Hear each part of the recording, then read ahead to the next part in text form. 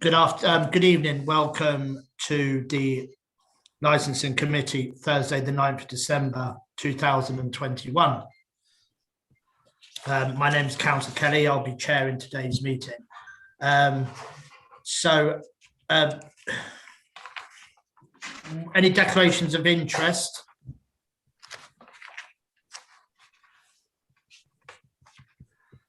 Just Chair, I have Councillor Anand here. I'm a license holder, premises license holder in the borough. Thank you very much. Thank you for that. That's noted. If we could go to the minutes, you may have them on pink papers from the Licensing Committee on the 16th of September. So I've got pagination 5, 6, 7, and 8. Any matters arising? So I'll take that silence as the minutes being implicitly agreed. Thank you very much, Cordelia, for producing those minutes. So that brings us to the first item, is the license update report. As you can see, it's for information only, and obviously we'll take sort of questions sort of at the end, but obviously, Joe, if you feel there's an adequate pause, we can take questions as we go along. So no hard and fast rule on that. So Mr. Blanchard, and just make sure you introduce yourself as well, please. Thanks, Councillor Kelly. So I'm Joe Blanchard. I'm Regulatory Operations Manager with oversight of licensing and then also trading standards, food and workplace safety. Just before I go through the paper, I'd just also like to introduce to the committee Kieran Sayan, who's just joining me on the call today to observe, who's the new trading standards and licensing compliance team leader. So she has oversight of the licensing compliance officers, who are the ones that will go out and make sure that any licensable activities have got the appropriate license, and also make sure the license conditions and premises license conditions are complied with. So there are 4 items on today's report. The first is just a general update of the licensing decisions that the licensing subcommittee have made. The second is an update on the gambling licensing policy. The third is the sexual entertainment venue licensing policy. And then the fourth is just an update on the Business Planning Act. So just first on the licensing decisions, this is a standing item really that I go through every licensing committee, just because it's good practice for the licensing committee to do a review of the decisions of the licensing subcommittee. So these are on the appendices from page 18 onwards, and they show all of the decisions of the licensing subcommittee since the 1st of April. So there were 6 new premises license applications, 3 were granted and 3 were refused. 4 applications to vary a premises license, with 3 of those granted and 1 refused. And then for reviews of premises licenses, there have been 2 summary reviews, which in both cases the license was suspended pending their normal review. And then of the 4 normal reviews that have been carried out, 1 resulted in a revocation, 2 in suspension, and 1 in additional conditions being imposed on the license. As I've said before, this a variety of decisions is generally seen as a good thing when it comes to licensing subcommittee decisions, because it indicates that each application is considered on its merits, which is in line with our licensing policy and the Act itself. The next 2 items I'll go through, and then perhaps we'll stop for questions because they were the work programme items. The 4th item with regards to the Business Planning Act, it was something requested at the pre-meeting agenda. So moving to the report, and this is page 10 onwards. On the work programme, it was asked to have an evaluation of the council's gambling licensing policy. So the committee may remember that all of our licensing policies were refreshed and renewed in 2020. So the gambling licensing policy entered into force in July 2020. as an authority under the Gambling Act, the council's obliged to publish a new statement of gambling licensing policy every 3 years. So the next new policy will be due in 2023. And as a licensing authority, the gambling's got a duty to permit gambling insofar as it thinks it's reasonably consistent with the gambling licensing objectives. Those licensing objectives being preventing gambling from being a source of crime and disorder, ensuring that gambling is conducted in a fair and open way, and protecting children and other vulnerable people from being harmed or exploited by gambling. So our refreshed gambling licensing policy of 2020 set out the council's approach to the licensing of gambling operators and premises, and how the council will have regard to the licensing objectives, the suitability of the applicant, and the characteristics of the local area. And our policy was very strong on having the applicants assessing how the licensing objectives will be upheld in consideration of the local characteristics of the area, and an expectation that they would design a bespoke operating schedule that would take into account those local characteristics. The other thing it should be noted is that councils don't have any role in the licensing of remote gambling or remote gambling licensing policy. That's entirely a matter for the Gambling Commission. Generally, it's been widely recognised that in-person gambling, such as in bookmakers or in betting shops, is in significant decline for two main reasons. Firstly, it's the significant rise in the popularity of online gaming, and secondly, it's the cut in maximum stakes permitted for fixed odd betting terminals, or FOBs. So that maximum stake was reduced from £100 to £2, and it was widely reported by the industry that made many fixed premises, such as your conventional betting shops, no longer economically viable to run. So along with COVID and this general decline in fixed in betting premises, it has actually been quite difficult and not really conclusive to evaluate the policies. What I have done in section 3.6, and this is on page 11 now, is I've given a table with the Gambling Act applications that have been processed for 2019-20 and then for last financial year. There isn't a significant amount of difference, and this can be for a variety of reasons, many of them to do with COVID. But in terms of evaluating our gambling licensing policy, it's very difficult to evaluate, because one of the main intentions of our new gambling licensing policy was to require new operators to provide this bespoke operating schedule that took into account the characteristics of the area. We've only seen one new application, and this was in relation to an adult gaming centre. And that was already in the process of opening pre-pandemic. So it was done very early on in that 2020-21 financial year. So yeah, I'll just go through the SEV licensing policy, and then perhaps I'll take questions if there are any. The sexual entertainment venue licensing policy, again, that came into force in July 2020.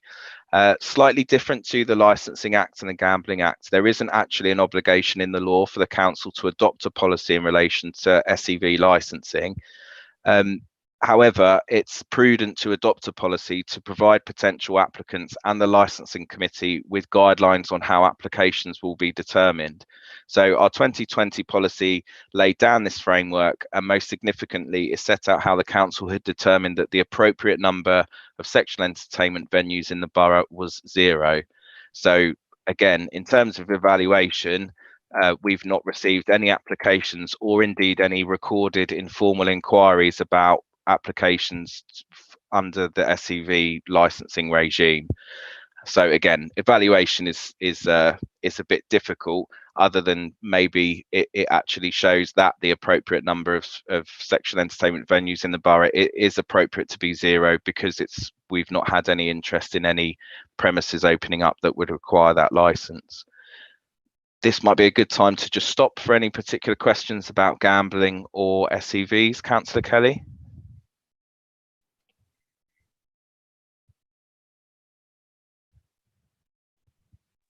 Sorry, just that bring the icon up takes a few moments. I'm happy to take questions. So if anybody's got questions, they can speak. Councillor Gallant's hand I see first. So Councillor Gallant.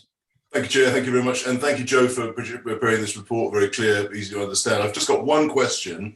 You mentioned that the council's got nothing to do with online gambling, only on-site gambling. Are there any crossover areas where the lines are blurred between online and on-site? No, is going to be the very short answer. That's good. Yeah, obviously there are many companies that run fixed brick and mortar betting premises will also have an online presence, but you know, in terms of enforcement, any issues, it's very clear whether it's to do with the bricks and mortar or whether it's an online issue. You know, it's widely reported lots of issues with online.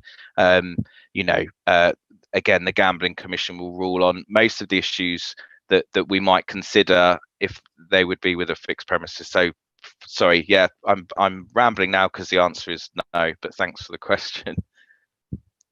Councillor Block. At least I saw your hand icon up. Sorry, I didn't put that up. No. Councillor Shaw. Yes, thank you, Chair. And thanks for that report, Joe, which is very, very good and quite detailed. I was just wondering, you mentioned about the decline of gambling generally, and obviously there has been an ongoing problem across the borough with complaints from residents, often caused by the presence of bookmakers and the shops and so on high streets and around. So I was wondering if you had any statistics there of just the relative numbers of decline that's happened across the borough over the last few years. You know, do we have a set number of licensed premises of whether it's bookmakers or gaming sites, and if so, you know, what those numbers look like 4 years ago compared to now, or even further ago? I haven't prepared the data for how many numbers of establishments we had at one point and how many we have now. I think one of the reasons for that, Councillor Shaw, if I'm not avoiding the question too much, is because the gambling policy and the Gambling Act, it does focus on this idea that the council has a duty to permit gambling so far as it thinks it's reasonably consistent with the objectives, you know, preventing gambling from being a source of crime and disorder. So it's not a sort of prohibitive framework where we might set a cap. So I focused on activity, as in applications processed. So we're certainly not seeing an increase in the borough. But yeah, I actually think with your question in hindsight, I probably could have provided some evidence to actually back up the number of premises that have closed, because I do know that a number of licensed premises, gambling licensed premises, have closed. I haven't prepared that. I think it would probably be in the tens across our borough. Yeah, did that answer your question? There was a bit before, wasn't there?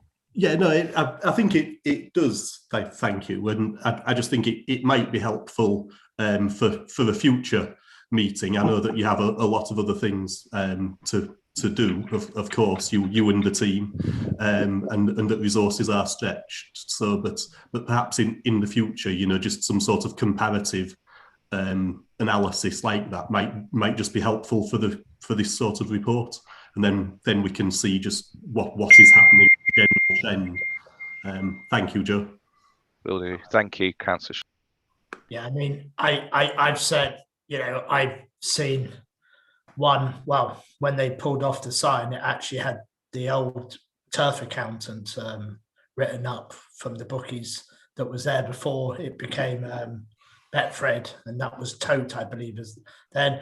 And since then, it's had a grocers, which has had its review taken away. So bookmakers that was there is now an empty shop.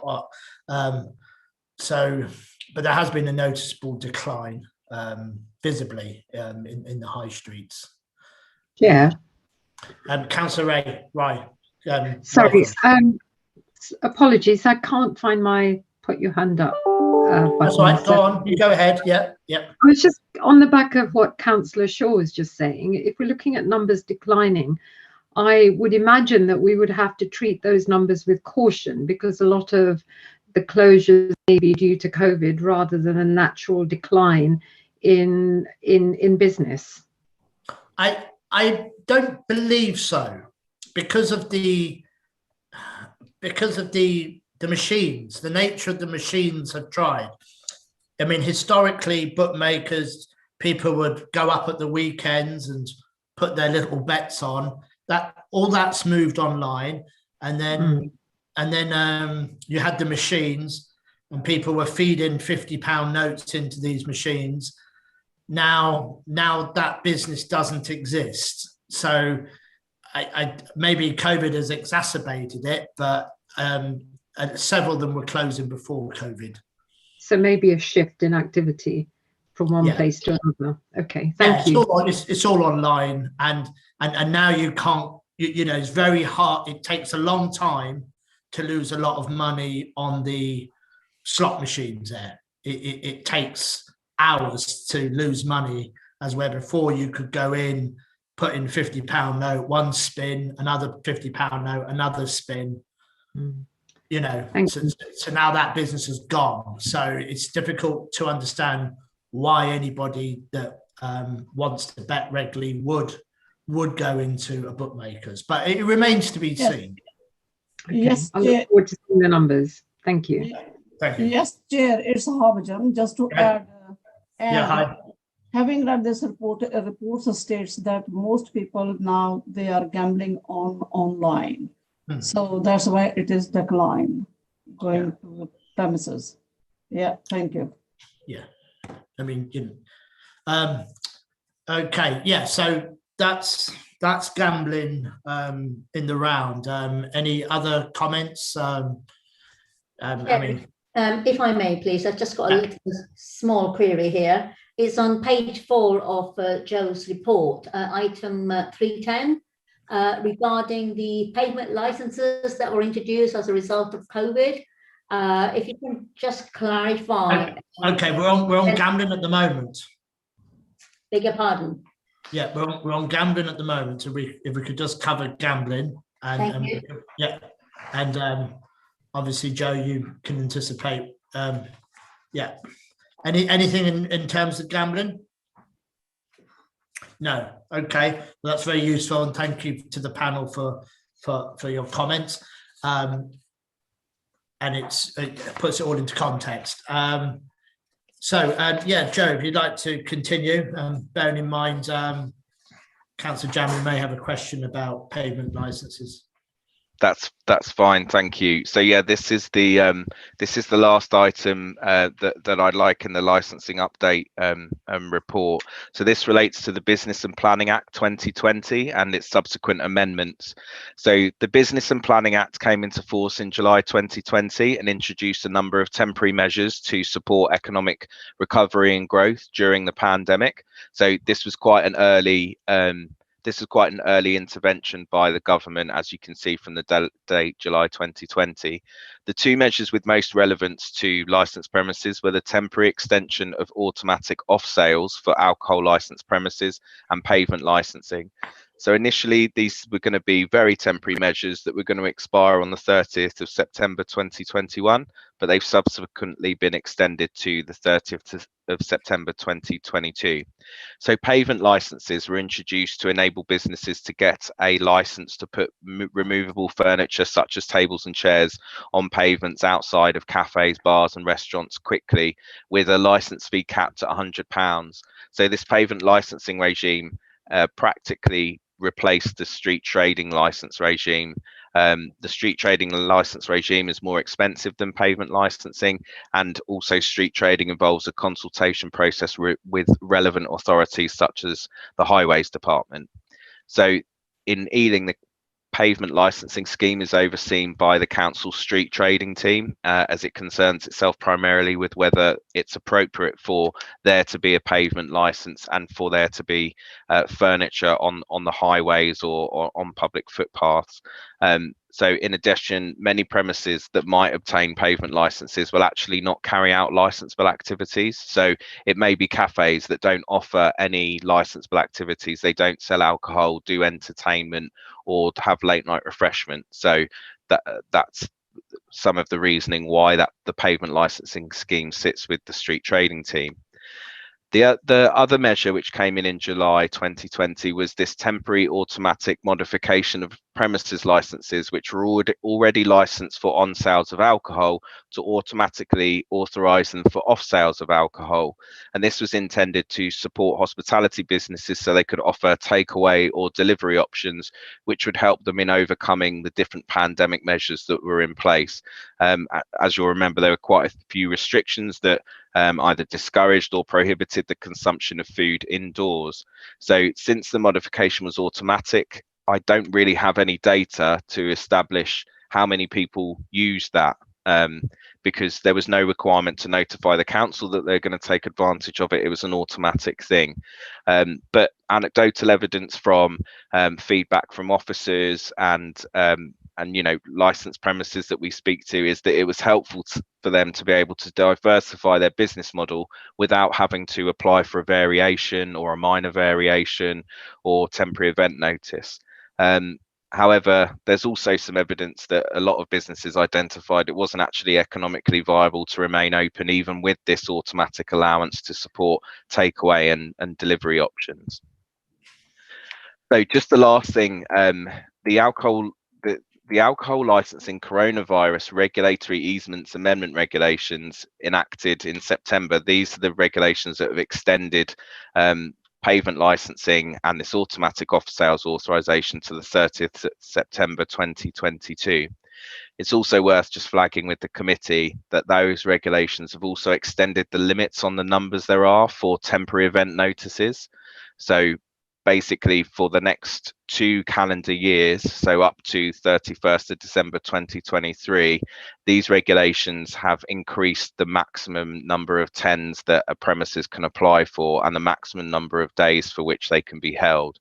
And that again is to assist hospitality businesses. As you will know, hospitality businesses have been particularly hard hit by COVID restrictions. So I think this is just a measure that can hopefully make up for some of the losses during previous pandemic restrictions. So yeah, I am happy to have any questions on these aspects, Councillor Kelly. Thank you. Well, just one moment. Did you maybe hold on to it, but you didn't refer to this sexual entertainment bit, sexual entertainment licensing? We skipped that. But maybe we'll go back to it. Yeah, questions on pavement licensing. Councillor Jammu, or have you? I think my question's actually been answered. I just wanted clarification as to when the pavement licenses were going to end. Thank you. Yeah. Okay, that's great. Anybody else on pavements? Chair. Go ahead, Councillor Padder. Yeah. I'm sorry, I haven't got this symbol of hand on it. So that's all right. Go ahead. It's no problem. Yeah. I'm just curious about this street trading. How effective are our enforcement team on this? Because I have heard that, well, the perception is that street trade has been reported, but no action been taken, and so it's usually the car sales. One car is sold, then another turn up at the same place with the same number. Again, these things are happening, and I just want to know how effective is our enforcement team on this. Well, I don't think it sits in Mr. Blanchard's brief, but he's free to comment. Thanks, Councillor Kelly. Yeah, that's right. Apologies, Councillor Padder. I don't have oversight of the street trading regime. Obviously, street trading is generally, most conventionally, it's kebab vans turning up or other sorry, those are the ones that immediately come to mind, that trade from the highway or on the public highway and require a street trading license.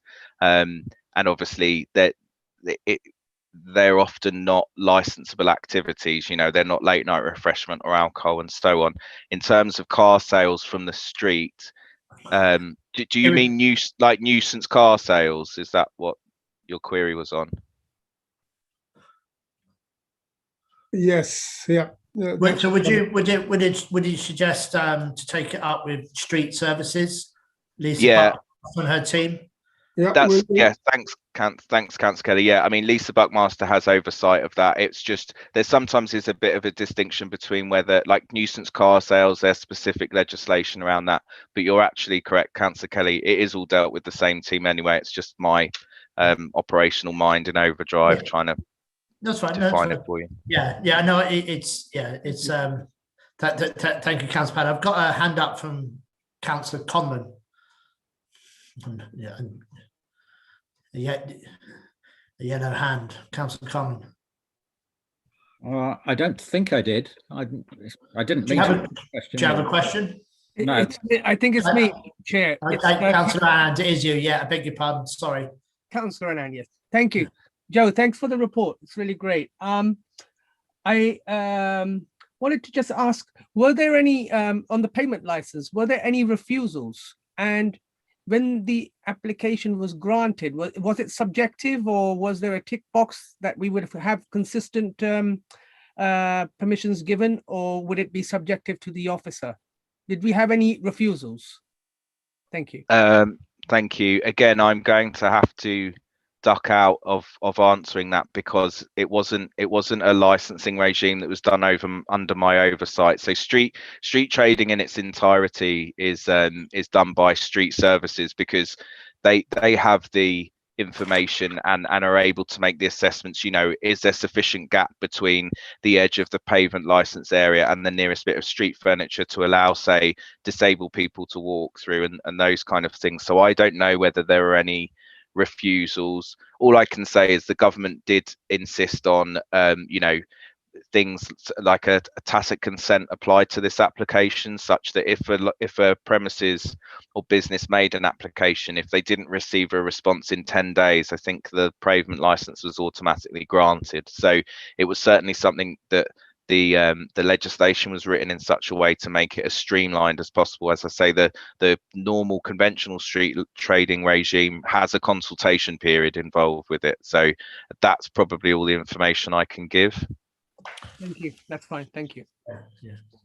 Yeah. So obviously the licensed premises was extended onto the pavement. It wasn't actually a licensing exercise as such, was it?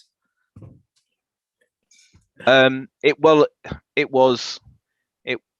idea was to get, because many premises, you know, had their restrictions. For example, in the very least, most premises should have moved their tables and chairs further out to increase social distancing. So therefore, you know, you had maybe a 40 cover capacity cafe now had 20. So then they were given the pavement licensing regime as a very quick way to say, right, can we put 20 covers out on the street, so that, and to not fall foul of the street trading license regime. So many premises, and in fact, as far as I'm aware, most premises that have got pavement licenses aren't actually licensed premises as we know them under the Licensing Act. They're not alcohol, they're not late night refreshment, they're not entertainment venues.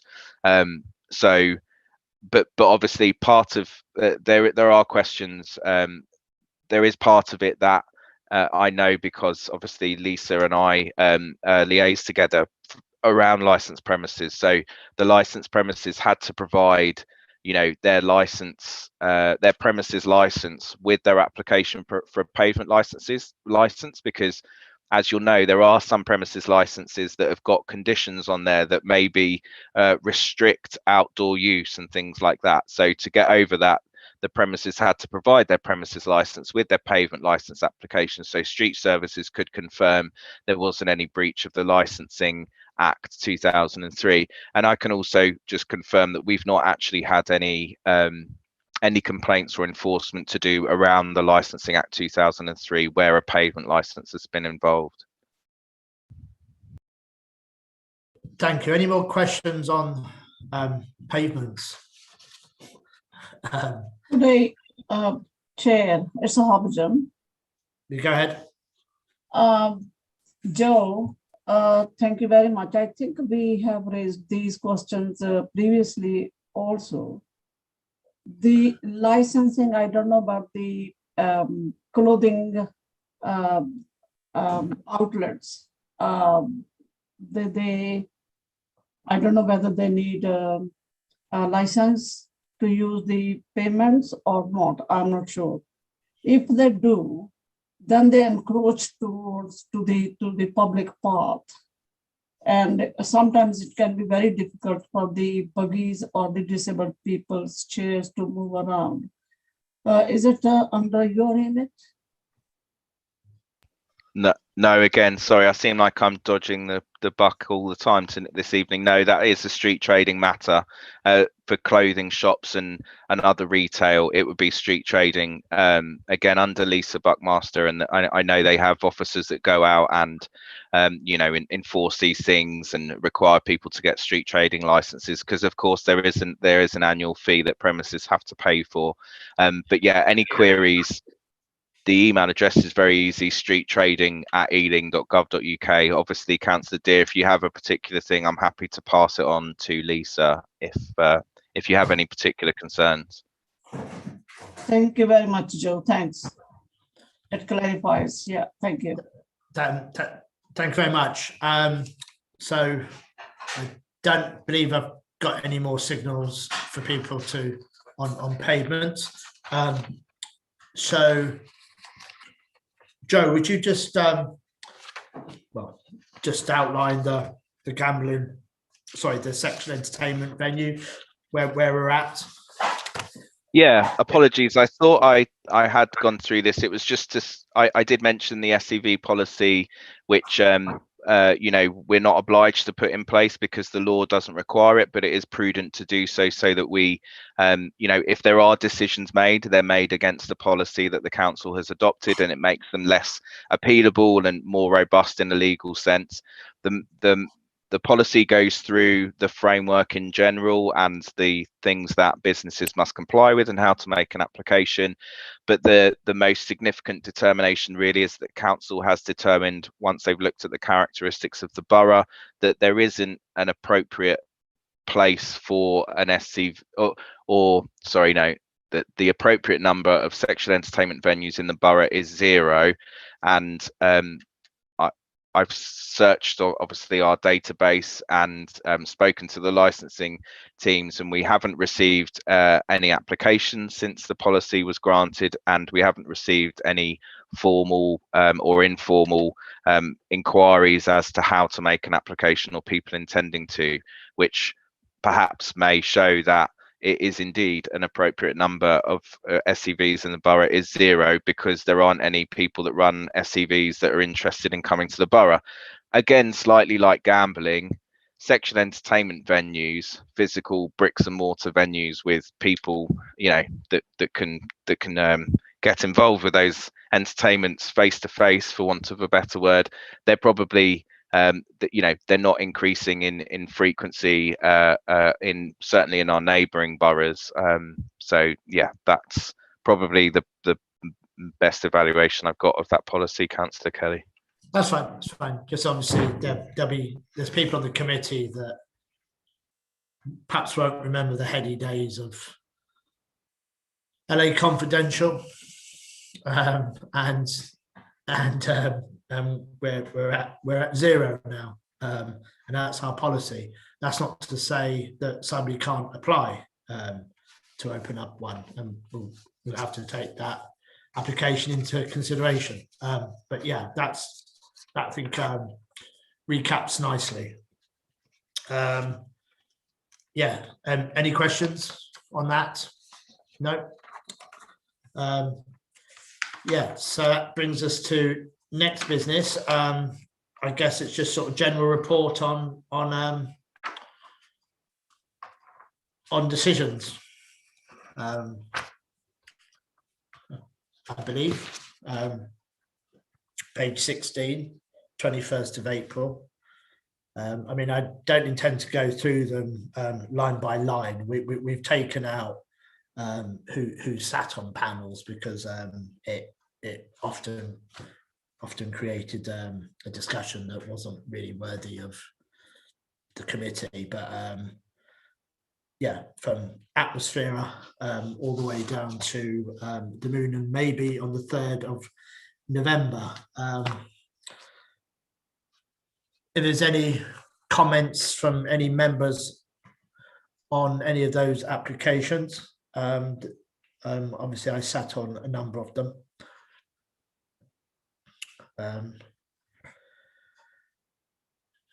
Any questions? I'm going through my screen. Chair Harbison here again. Yeah, go ahead, Hampton. Any update on Jeet Food and Wine, 61 the Green Salto?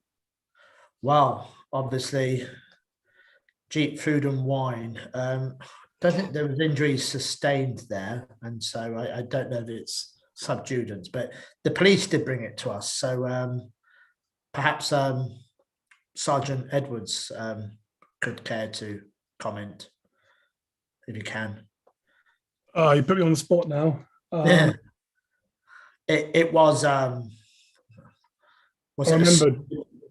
Yeah, it was. I remember it was sort of the day after the local elections, and I think Councillor Kelly, one of the things which is worth saying is just any ongoing issues with Jeet Food and Wine is probably not for committee. Quite. That's why I thought Sergeant Edwards would, perhaps, but obviously, yeah. Well, what I can say is I agree with Joe. What I can say is that the team, our team, and that's the team across West London, which obviously I run and manage the neighbouring boroughs as well. We're consistently out involved with the enforcement, the trading standards and partners. So investigating any issues that come apparent. So I don't think it'd be appropriate to comment on any individual premises, but I will certainly look into that, and I can provide an update on that should it be needed, probably outside this forum. Yeah, that's fine. Yeah. I mean, the nature of summary reviews are that it's the police that are the ones who bring it forward. So, I mean, the Terrace Lounge, there was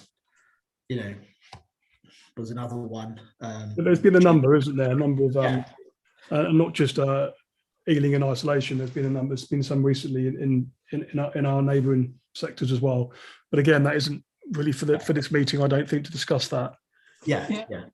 Fair enough. Yeah, thanks. But we've obviously made the adjustments to their license in those meetings, so that information is available. But yeah, thanks for the ongoing work with them.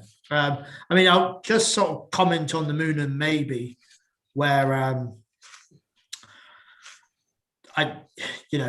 we did hear it, and they sort of benefited from an increase in trading hours because of a COVID allowance given to them, and it's fair to say that they've sort of then put in an application to increase their hours on a permanent basis, and obviously the panel considered that, and the decision was that they could open up for those extra hours on a permanent basis. But we do believe the Moon and Maybe sort of fitted in with the hospitality offer in Ealing, nighttime economy. But that was something that was a benefit from COVID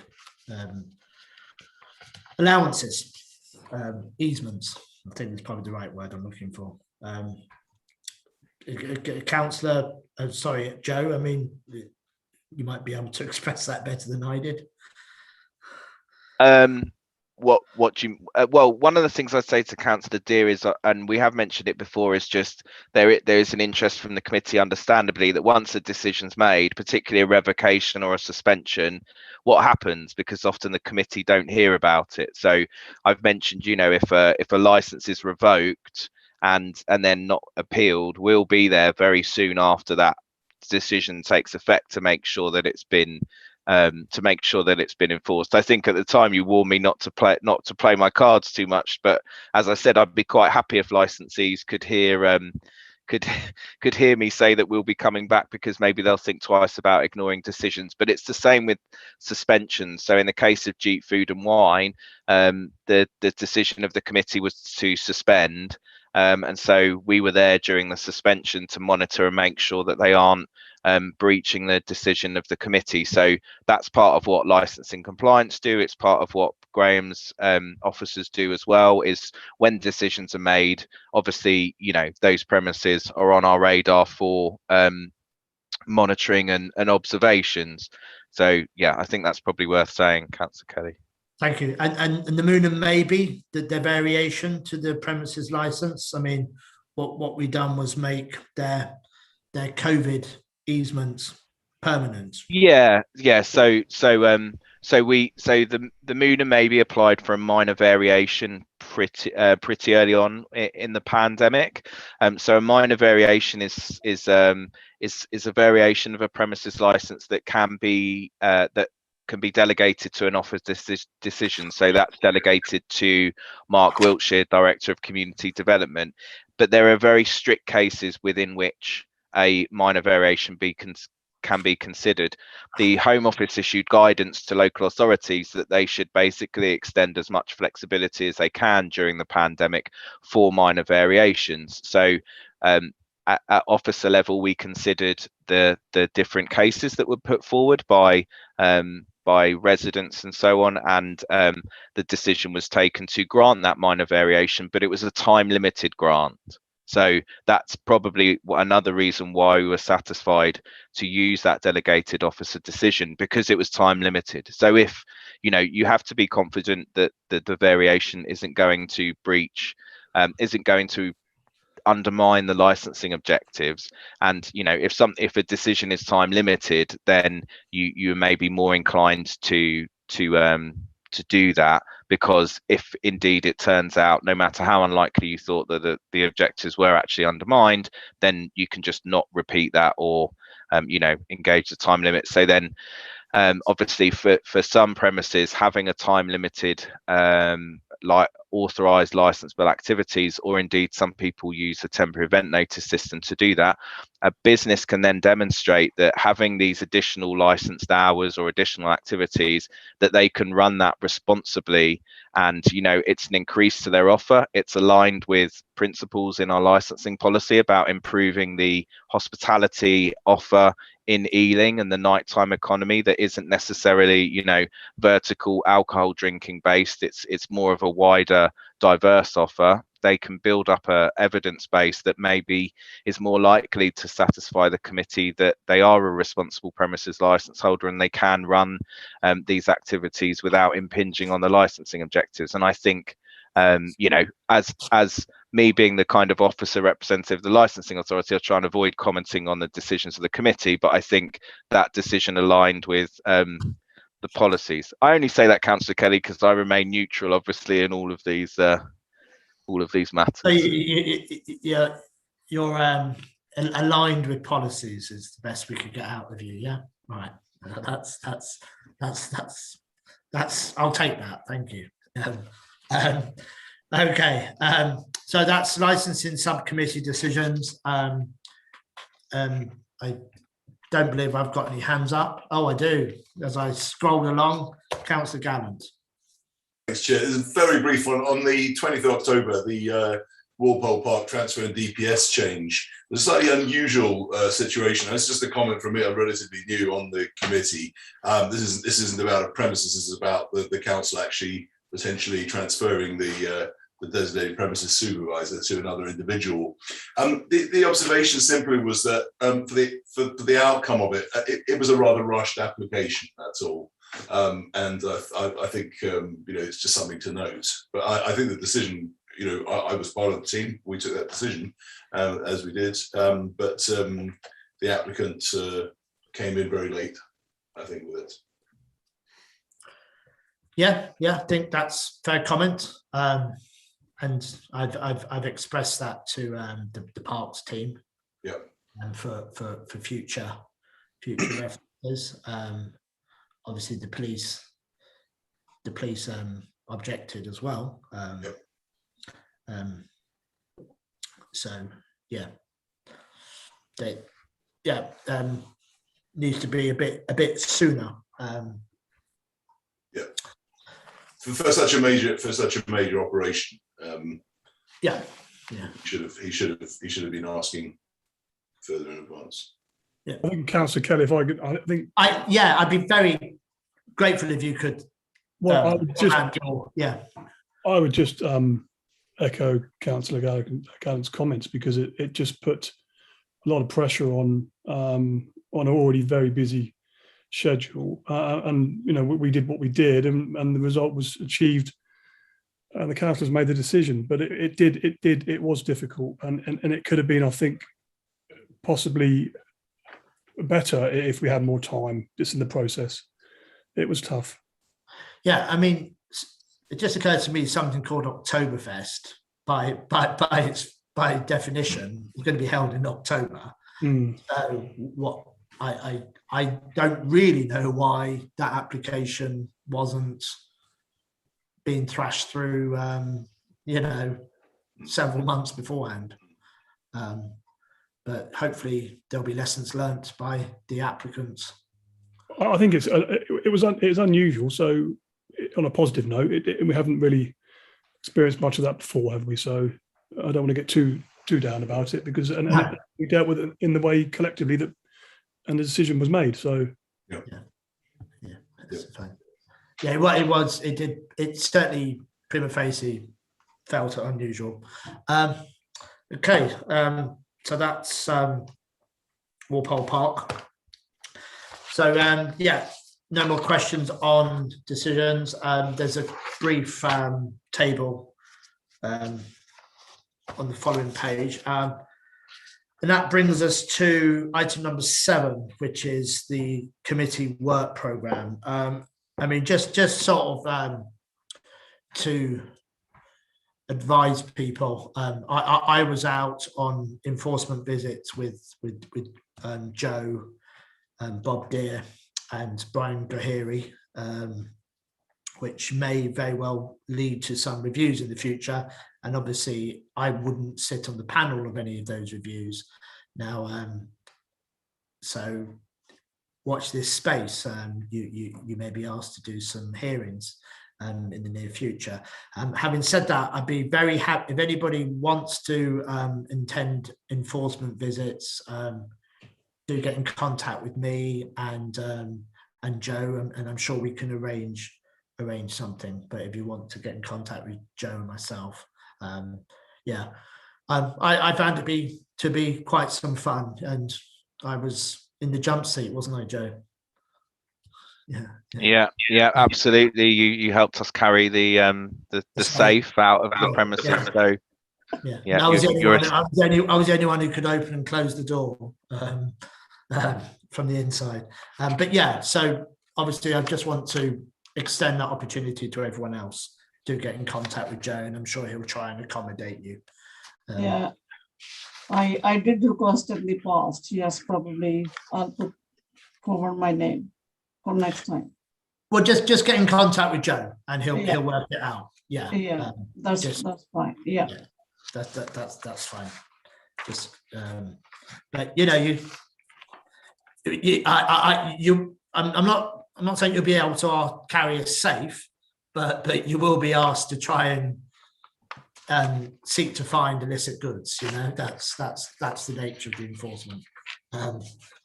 Okay. So, and obviously that that event was publicised. Richard Bolton, I think it's Richard Bolton, or is he the singer, or does he have the same name? No, Richard Bolton in comms. Yeah, Richard Bolton in comms. He's you may see that he's communicating sort of the work that enforcement does and how it fits in with the licensing committee. So that's something that's being done under the umbrella of decent incomes. So it's we've, you know, our work will be sort of more widely publicised, I hope, and is being more widely publicised. Okay. So next business. Yeah, really, it's just the blue papers now, isn't it, Cornelia? For the next meeting. Yes, that's correct. It's just a brief outline of the work program, really. Yeah. For the year. Yeah. So yeah, license enforcement report again. Receiving information, and we are looking. We'll get the update on the conditions for massage treatment and standard conditions after the year of operation. Joe. Sorry, Councillor Kelly. I mean, this might be more suitable for a pre-agenda meeting to discuss, but that the massage and special treatment licensing regime, the committee may remember that they adopted special treatment standard conditions in January, which became operationally effective from the 1st of April this year, and that our MST licensing regime, it grants licenses that all expire on the 31st of March, and then we go through a renewal process from the 1st of April onwards. So that timing of having a review of an evaluation perhaps of the standard conditions might be premature. Yeah, because I think I think operationally, from my perspective, I would say a couple of months into the new financial year, a couple of months after us officers doing, you know, the renewal inspections for the circa 200 premises we've got, I will have some good hard data about what standard condition compliances look like. So it may be not that meaningful in March, but more meaningful for the following meeting. Yes, I think for the three, presumably there will be one in June 2022 if we follow the kind of quarterly frequency. If the committee are happy with that, I would be very grateful, and I think I could give better information. So how do we fill the lacuna then of that? Given you know there was some what reports might take its place. Well, yeah. I mean, I probably shouldn't say. Well, there may be COVID. There may be COVID related information, restriction information to give by that time. And there may be. I imagine it may be things that, for example, with my report before this one, which is Cornelia's, you know, the Business Planning Act information, that was something requested at the pre-agenda. So there may be pre-agenda matters that would be relevant to the licensing enforcement report that I could roll into that if you were happy with that, and if Cornelia is happy with that. Okay, that's fine. We can. Yeah, sorry, Cornelia. Go I was just going to say that's okay. There is a reservation in this report to say that through the chair, the licensing committee acting through the chair can reserve the right to amend the work program. Sure. That's so, right. But as you say, it's right to think ahead of what would replace this for March next year. That's good, and we can take we can consider all these things at our pre-agenda meeting. But if anybody wants to feed into that process, they're more than welcome. Okay. Any other business? So do we have to? You know, I'd like to commend the report, but yeah, it is a report for action. So if we can. Agreed, Chair. Yeah, is that correct? Yeah. Yeah, that's agreed. Cornelia? Yes, Chair, that's correct. Yeah, Thank you. okay, Yeah. that's fine. So thank you very much.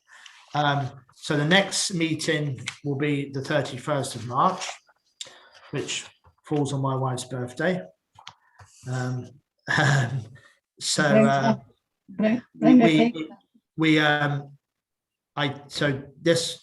there might be some of you that you will have be asked for your availability over Christmas, because we do have the possibility of sort of special reviews. So please respond to that email. But that's more housekeeping outside of the committee work, but please respond to that email. And yeah, just to wish you a happy Christmas, and thank you to all the officers, all the members. And if I don't see you, I will see you all in the new year. Thank you very much, Chair. Thanks, Chair. Thank you very much. Merry Christmas to you all. No further comments. We can all leave the meeting. Thank you very much. Yeah.